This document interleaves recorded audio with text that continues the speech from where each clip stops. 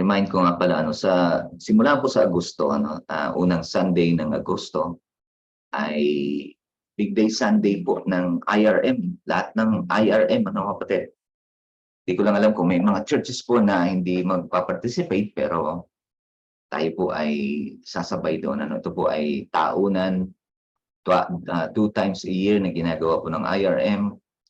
Ito ay a month na kung saan ay nagfo-focus tayo sa pagdadala ng tao, pag-aakay ng tao para sa Panginoong Diyos.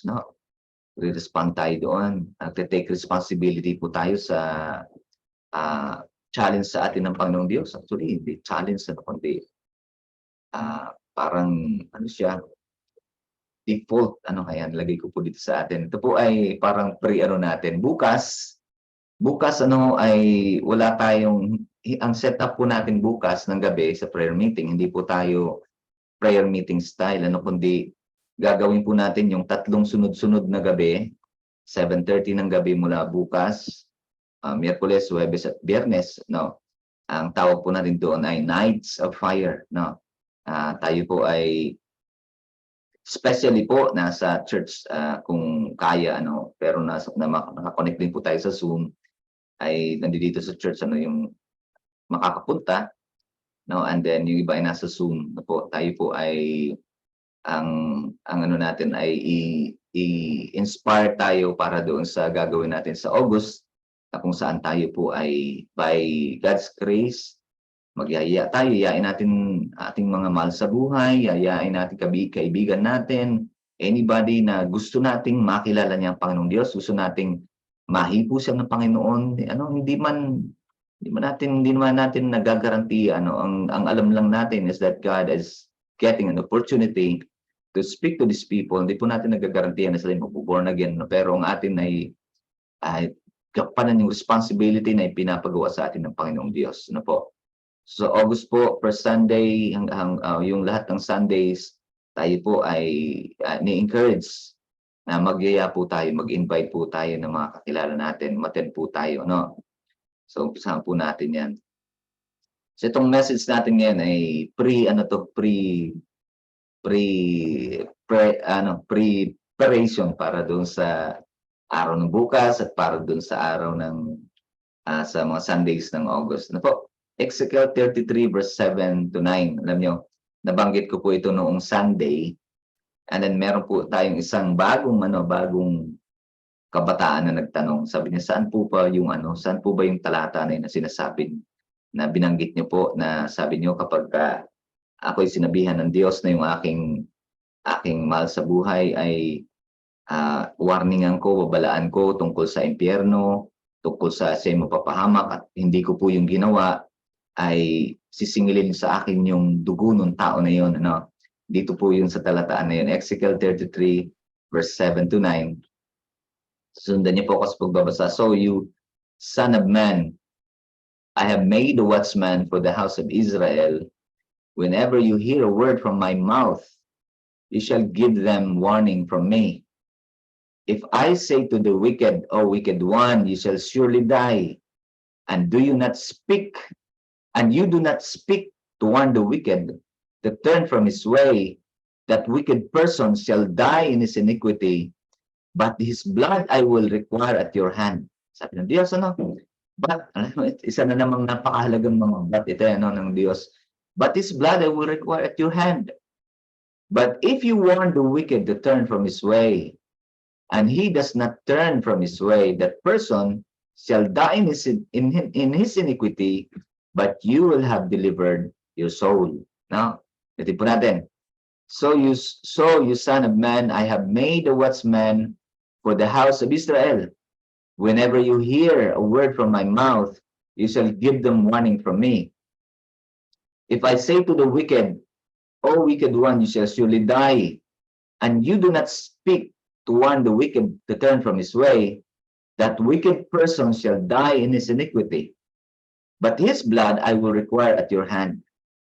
But if you warn the wicked to turn from his way, and he does not turn from his way, that person shall die in his iniquity, but you will have delivered your soul.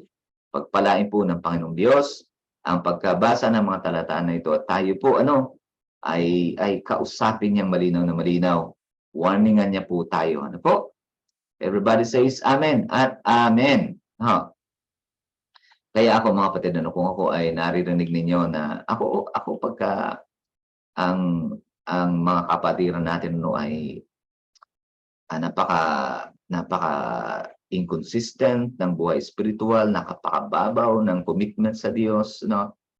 At ako'y makikita niyo parang ako ay parang paparinig si pastor, mga gano'n kapatid, kasi responsibility ko po yun, nasa kamay ko po yung mga dugo ninyo pagka kayo ay hinayaan ko lang na namumuhay ng ayon sa gusto ninyo, at wala akong sinasabi, namumuhay tayo na yung mga salita ko na kahit si Jack ay sa akin sinasabi ko, lalo na tayong mga leader, ay namumuhay tayong parang miyembro, mga leader nag-uugaling parang miyembro. Si Jack, anuhin ako niyan pagsasalitaan na ako niyan, "Bakit ka ganyan magsalita?" Gaganon ako ni Jack yung minsan kami ng dalawa nag-aaway. Sabi ko, kasi kako minsan, yun ang nararamdaman ko sabihin siguro yun na kayo kailangang marinig, Kasi, gaano ba karaming dapat na paalala, Kasi nga kapatid, tayo ngayon, mga ilan sa atin dito ay cell leader, yung inyong mga cell member kapatid, sisingilin sa inyong mga kamay yan ng Diyos, 'Pag may isa diyan na napahamak na hindi ninyo sinabihan, at pinabayaan niyo lang, kayo nag-give up, sabi niyo, mga matitigas naman ang ulo, anong gagawin namin, At talagang, may magagawa naman tayo tapos hindi natin ginawa, Sabi ng Panginoong Diyos, sisingilin ko sa inyong mga kamay ang dugo ng mga tao na yan. Hindi ko alam kung anong ibig sabihin nun, kapatid. Hindi ko alam kung pagharap natin sa Diyos, sasabihin sa atin ng Diyos, lumayo kayo sa harap ko, Pero ayokong marinig yun, ayaw kong alamin yun, Panginoon, kaya ako hindi ko talaga sila winarningan kasi gusto kong marinig kung ano sasabihin niyo sa akin. Hindi po, kapatid, hindi ko gustong marinig yun, hindi ko gustong malaman kung ano sasabihin sa akin ng Diyos. I might as well just do what I am required to do, kapatid, Ano ba doon? Kaya siguro kung tayo nakakarinig, kahit po hindi kayo sa akin nakakarinig, sa mga nagpi-preach sa ating harapan, Ate Olive, kay Ate Ruth, take natin yung kapatid na, Lord, this person is taking my blood away from his hands. Kapatid, sabi ng Diyos sa mga dugo daw ninyo, nasa kamay ng mga tao na pinagtiwalaan niya sa atin. Kapatid? Kaya these people will do everything they can, ang dugo mo nasa kamay ko, sabi ng Panginoong Diyos. Ipagpasalamat pa natin sa Panginoong Diyos na ang Diyos may kinakausap na tao para tayo pagsabihan. Baka dumating ang panahon na wala na siyang sabihin na niya doon sa tao na pinagtatanggol, wag mo nang sasabihan niya na sinusunog ko na kaluluwa niya, nasa buhay pa yan, sinusunog ko na kaluluwa niya sa impyerno, ba? Baka dumating sa ganung point, kapatid. Pero tayo ng mga leader, kapatid, ito yung ating challenge sa atin ngayon. Number one, kapatid, ito tayo po ay watchmen by default. Watchmen by default po. Pwede po tayong magsabi sa Diyos, Lord, hindi ako yan. Malinaw naman po doon, sinasabi niyo po, Panginoong Diyos, House of Israel. Panginoon, hindi po kami Israelita. Pwede po nating ibato sa Diyos yan. Pwede po nating sabihin sa Diyos yan. Pwede po nating ipangatwiran sa Diyos ang pagka nasa harapan na tayo ng Panginoong Diyos at kinukumpronta na tayo ng Panginoong Diyos tungkol sa kaluluwa ng mga tao na ipinagkatiwala niya sa atin. Mga kapatid, bahay mo, sambahayan mo, Krisyano ka. Nakita ko sa isang church natin sa IRM, sabi ng pastor, sabi niya, ang isa sa aim namin ngayon ay buong sambahayan namin. Pag meron kaming isang mananampalataya nasa church namin, na yung pamilya niya wala, isa sa target namin talaga, isa sa gusto talaga namin ay buong pamilya ng isang mananampalataya nasa simbahan namin. Bakit hindi natin gawin yun? Ako po ay pagkalinggo, minamasdan ko yan, orasyon family, Cuevas family, ganun-ganun That's why pasok Grace, mag-isa, Grace, mag-isa, Dayan, mag-isa. Di ba parang, bakit hindi namin masama pamilya nito? Bakit hindi namin makuha mga pamilya nito? No? No. Unang-unang watchman sa family mo kapatid, ikaw na yon, no? At ikaw ay watchman by default, no? 'Pag ikaw napunta ng langit at yung buo mong pamilya nasa impyerno, sigurado itatanong sa iyo 'yan.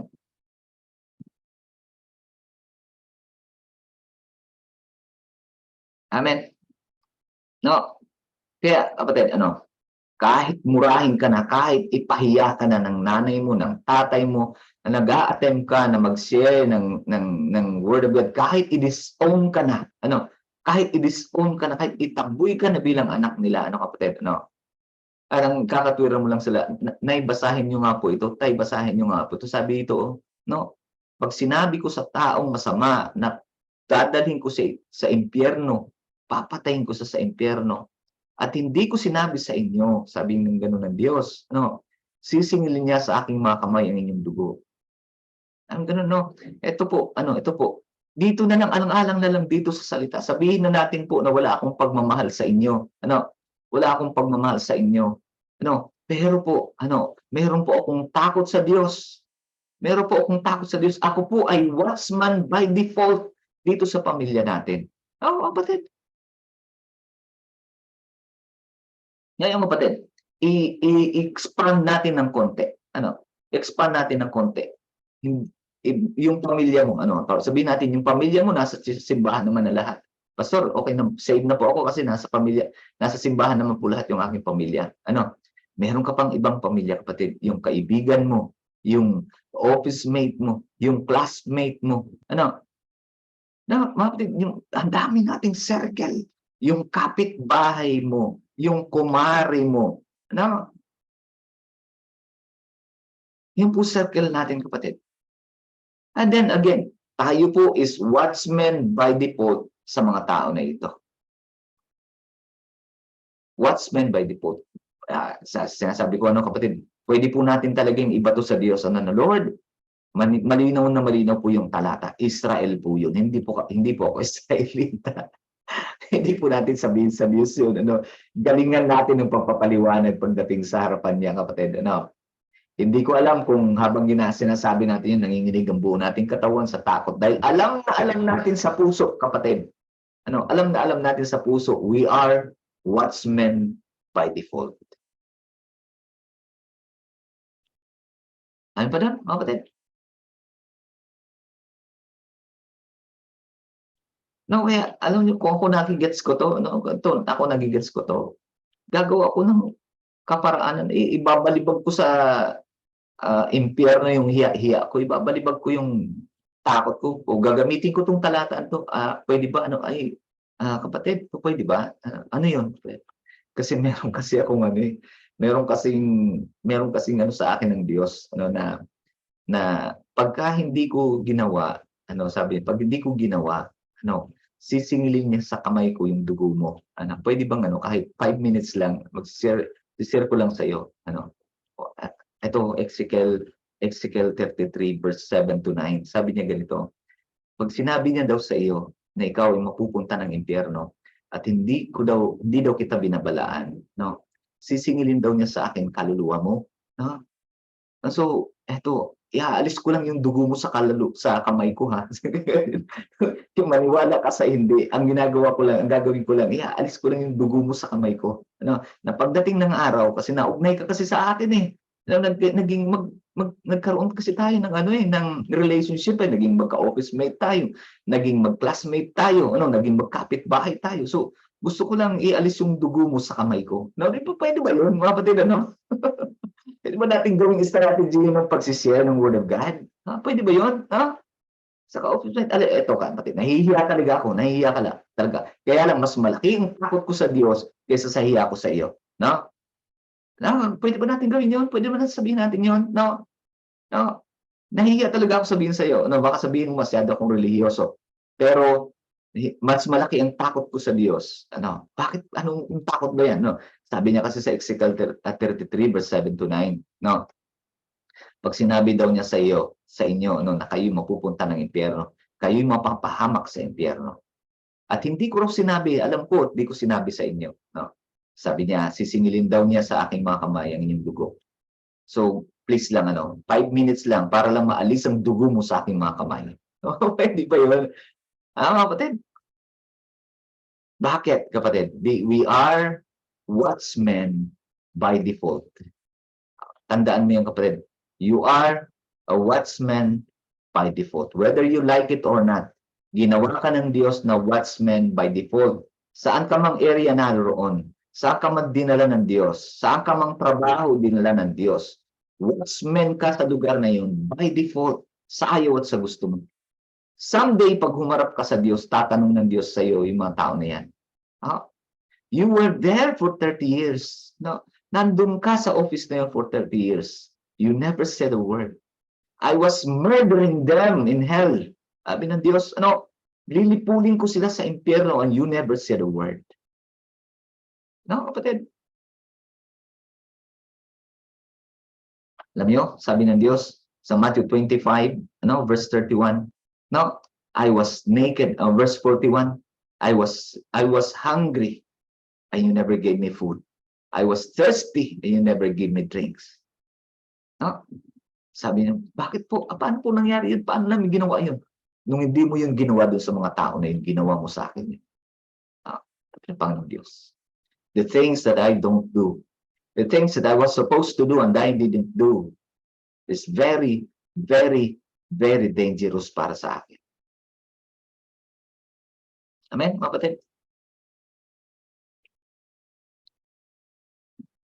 So I pray na the Holy Spirit is getting through sa ating mga puso. Gamitin po natin ito, kapatid, sa pag-share. Mag-i-invite tayo sa August. Gamitin mo po ito. Alam mo, meron po kaming sa August eh. Pwede ko bang ipabasa sa iyo ito? Pwede ba kitang i-invite? No? Siguro, sabihin yung yung kung meron ka namang way, na jokingly sabihin mo, pwede ba? Ialis ko lang sa kamay ko yung dugo mo, nasa kamay ko dugo mo eh. No? Sabi ng Diyos eh. How you can lighten the thing out para doon sa kaibigan mo. Kung kaibigan mo naman yan, no? Nahihiya ka magsalita sa kanya, nahihiya ka mag-share sa kanya. Kamag-anak mo, nanay mo, tito mo, pinsan mo, kapatid mo, nahihiya ka magsabi sa kanya. Pwede ko bang ipabasa sa iyo itong Ezekiel 33 verse 7 to 9? Nasa kamay ko daw ang dugo mo. At sisingilin ng Diyos sa akin yan balang araw pag humarap ako sa kanya. No? Amen? At amen, mga kapatid. Siguro bukas yung dalawang magkasunod na point i-discuss natin. Okay. It's 6:43. And I pray, merong challenge ginawang Diyos sa atin. Yun lang kapatid, tandaan po ito, ulit-ulitin po ito. I am a watchman for God by default. Whether I like it or not, God made me a watchman by default. I am responsible for someone's soul, for someone's blood. Someone's blood is in my hands. And God is going to ask me about this blood. But may dugo dyan sa kamay mo, sasabihin ng Diyos. That is someone you didn't talk about, about his life going to hell. Amen? So ngayong maghapon nawa ay karoon tayo ng lakas ng loob. Meron po tayong bagong weapon na po pwede nating magamit ng paraan pagsasabi sa kanila. No? Meron akong pwede ba kitang makausap, no? Meron lang akong responsibility na inilagay ng Diyos sa puso ko, and I am so afraid of this. I am terrified of this. No? Tayo po'y manalangin.